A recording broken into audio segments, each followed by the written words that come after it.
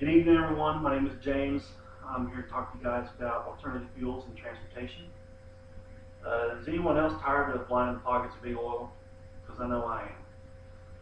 I remember when I was a child and fuel was like 80 cents a gallon, and I really miss those days. Uh, but those days are long gone. Now we're paying $3 and up per gallon. Um, but it's not just that. It's our dependency on fossil fuels and the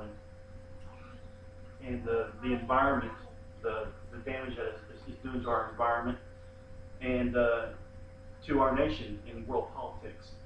Uh, if you go to the Middle East right now, then they wouldn't have a high perception of us just because of our need for fossil fuels. If you own a vehicle or have been a passenger in a vehicle, you know how expensive fossil fuels are right now. Gas is expensive. Um, Not only is it expensive, but it's causing uh, uh, harmful effects on our environment, which is something that we all want to try to curb. Everyone knows about the global warming and ozone, uh, depletion of our ozone layer. These are things that we not only have to look at for ourselves, but for our children. Um, Fossil fuels are a major cause of this. Um, it's not the only cause, but it's a major factor in global warming and ozone layer depletion.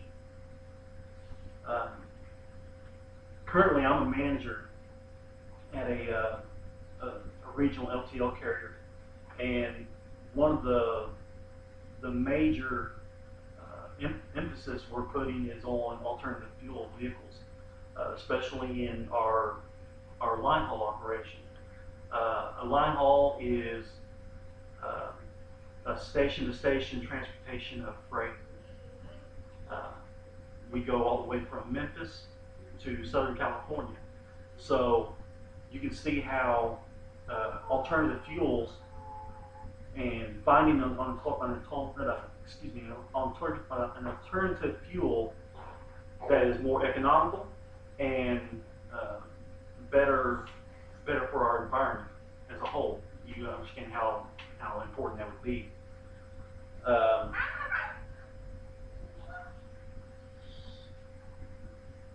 Now I'm going to kind of explain to you what alternative fuels are and some of the types of alternative fuels.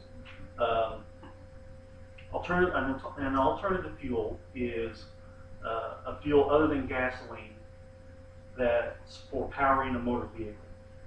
Um, that can include ethanol, biodiesel, natural gas, propane, hydrogen, and electricity.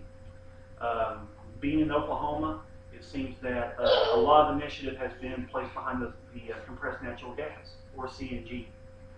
Um, there's a gas station right around the corner from where we are right now that sells the compressed natural gas. Some of the benefits are the alternative fuels, they burn cleaner than fossil fuels. Um, like I said, it's better for our environment, reduces ozone layer depletion. Um, Alternative fuels are also cheaper at the pump than your fossil fuels are. CNG right now is running 50% cheaper than your regular unleaded fossil fuel, which is significant to a family of four or five.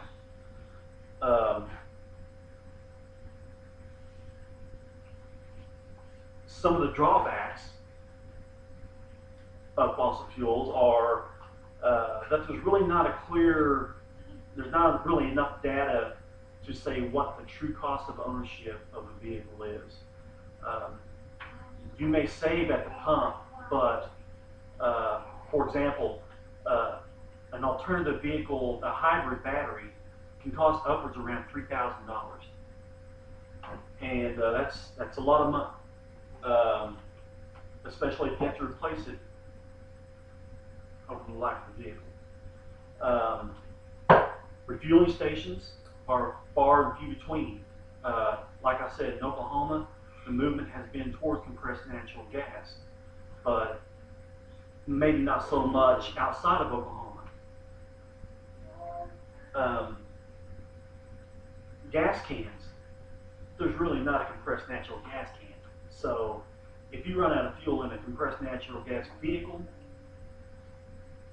it's kind of not an option because you'll end up having diesel, and that could get expensive. In conclusion, I mean, today I've informed you about compressed natural gas and other alternative fuels. I hope after this presentation you'll be able to make your own evaluation on what alternative fuel works for you, and figure out what alternative fuel meets your lifestyle and will reduce your carbon footprint. Thank you.